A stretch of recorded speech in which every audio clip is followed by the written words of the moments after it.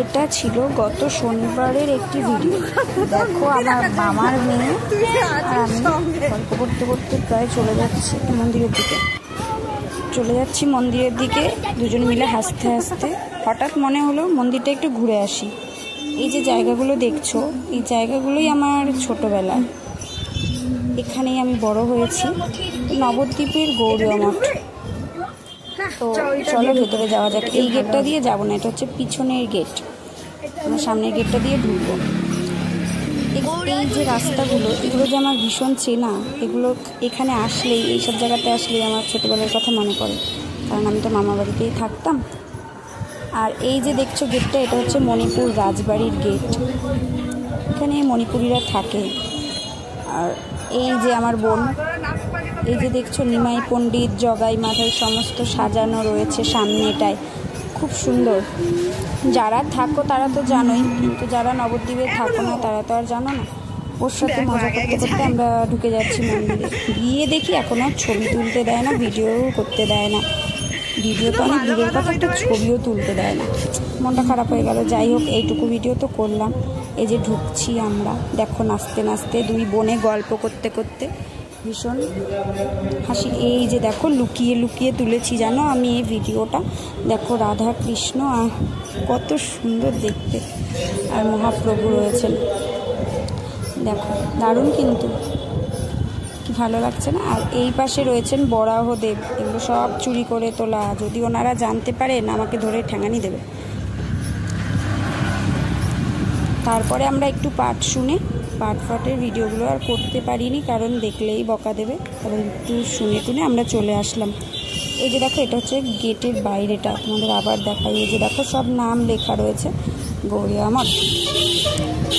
আর বাদ বাকিটা তোমরাই কষ্ট করে একটু পড়ে নিও। তারপরে আমরা চলে গেলাম আবার সোজা রাস্তা ধরে রানীর বাড়ির দিকে। এই যে এই রাস্তাটা রানীর বাড়ির দিকে। তো এটা হচ্ছে সোনার মন্দির বলে, এটা কিন্তু রানীর বাড়ি, ঠিক আছে। এটা সোনার মন্দিরও, মানে নামটা সোনার মন্দির, কিন্তু এটাকে রানীর মন্দির হিসাবেই মানুষ বেশি চেনে। ওখানে গিয়ে দেখি পুরো ফাঁকা ফাঁকা মাঠে গোল দিয়ে এসেছি আমরা সেদিনকে। ওখানটায় কেউ ছিল না, কোনো সংকীর্তন বা কোনো পাঠ কিচ্ছু হচ্ছিল না, এমনি সময় হয়। যাই হোক, ফাঁকা ফাঁকা একটু ঘুরে আসলাম। এখানেও এই মন্দিরটা তো ফাঁকা, রাধাকৃষ্ণ আছে, নাম গান কিছুই তো হচ্ছে না। জুতোটা কোথায় খুলবি? এই যে দেখো সব লেখা রয়েছে। এটা নবদ্বীপ স্টেশন থেকে নামলে সোজা রাস্তা একদম। এই মঠগুলো পেয়ে যাবে তোমরা, আর যারা চেনো তাদের তো কোনো ব্যাপারই নেই। আর দেখো এখানে গাছগুলো কি সুন্দর, খুব সুন্দর করে সাজানো রয়েছে, মানে বাঁধিয়ে। আর এই যে ও এখানে দাঁড়িয়ে রয়েছে, এনাকে দেখছেন, পুষ্প সমাধি মন্দির, এটা তীর্থ গোস্বামী মহারাজের।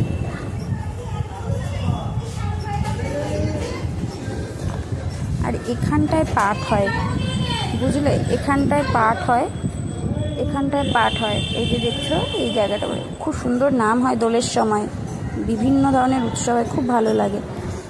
তো তারপরে আমার আর আমার বোন কিন্তু ভীষণ দুষ্টু, ওর কথা শুনে আমি খালি হাসি। এই যে রাধাকৃষ্ণটা দেখো, এটাও আরতি, মানে সন্ধ্যে দেওয়ার পরে গেট বন্ধ করে দেওয়া হয়েছিল। বাইরের গেটটাও বন্ধ করে দেবে একটু পর, আমরা এমন সময় এসেছি তাই বন্ধ করতে পারিনি। তো কেমন লাগলো ভিডিওটা অবশ্যই জানিও তোমরা, ভালো লাগলো না লাগলো না। তারপরে আমরা ভিজতে ভিজতে বাড়ির দিকে চলে গেলাম। বৃষ্টি নেমে গেছিলো হঠাৎ জোরে।